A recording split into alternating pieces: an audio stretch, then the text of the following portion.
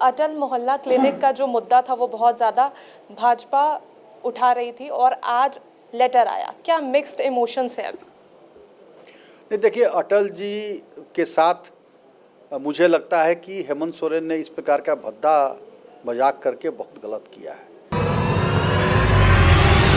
अटल जी के साथ ऐसा बदलापूर्वक कार्रवाई, पता नहीं किस बात का बदला, मैं नहीं जानता। बदला लिया गया है, क्या भाजपा ने जेएमएम के साथ पहले कुछ ऐसा किया है? उस अटल जी के साथ उनके नाम मिटाने की कोशिश करने वाले खुद मिट जाओगे, अटल जी का नाम नहीं मिटेगा।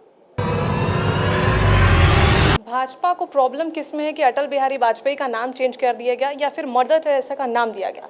नहीं, हम तो अटल जी के नाम से, हमको क्रिश्चियन से क्या मतलब है। नमस्कार, आप देख रहे हैं कोयलांचल लाइव और साथ में आपके संजना से।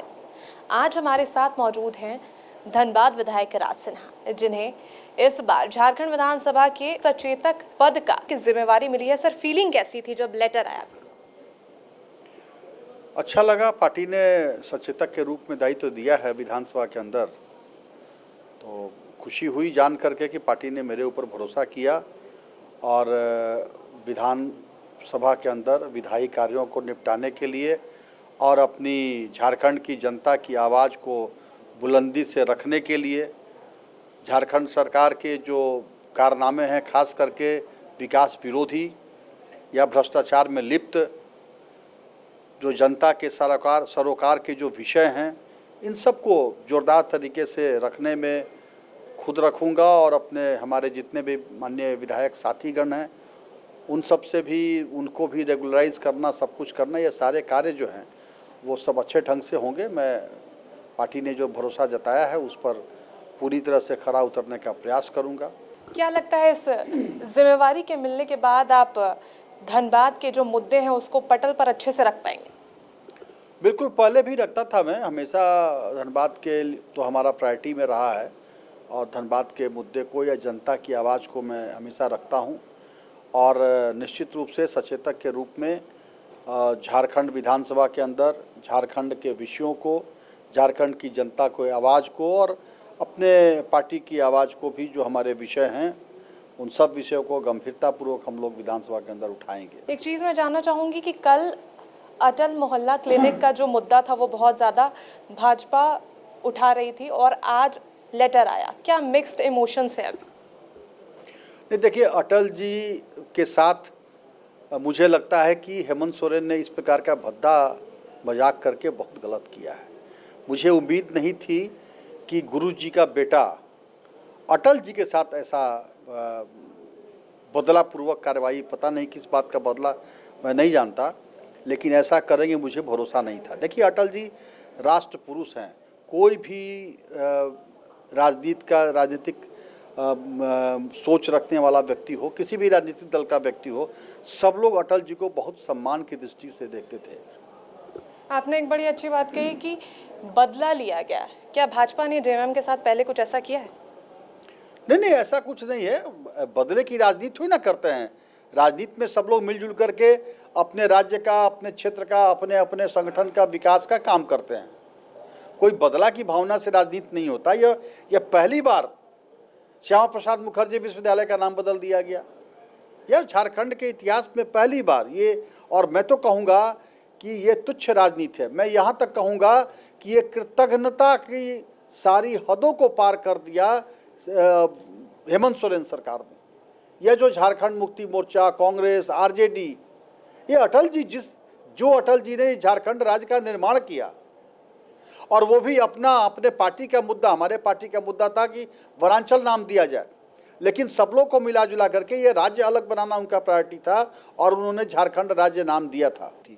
और अटल जी के नाम को आपने झारखंड से अटल मोहल्ला क्लिनिक जो चल रहा था, और मुझे जहाँ तक याद है जब ये सरकार ने निर्णय लिया था, उस सरकार में माननीय वर्तमान मुख्यमंत्री हेमंत सोरेन जी भी शामिल थे, उस सरकार में शामिल थे। और तब ये इस प्रकार से, और वो भी फूलो झानो के नाम पर रख देते तो बात भी समझ में आती, सिद्धू कानो के नाम पर रखते बात समझ में आती, तिलका मांझी के नाम पर रखते मुझे बात समझ में आती।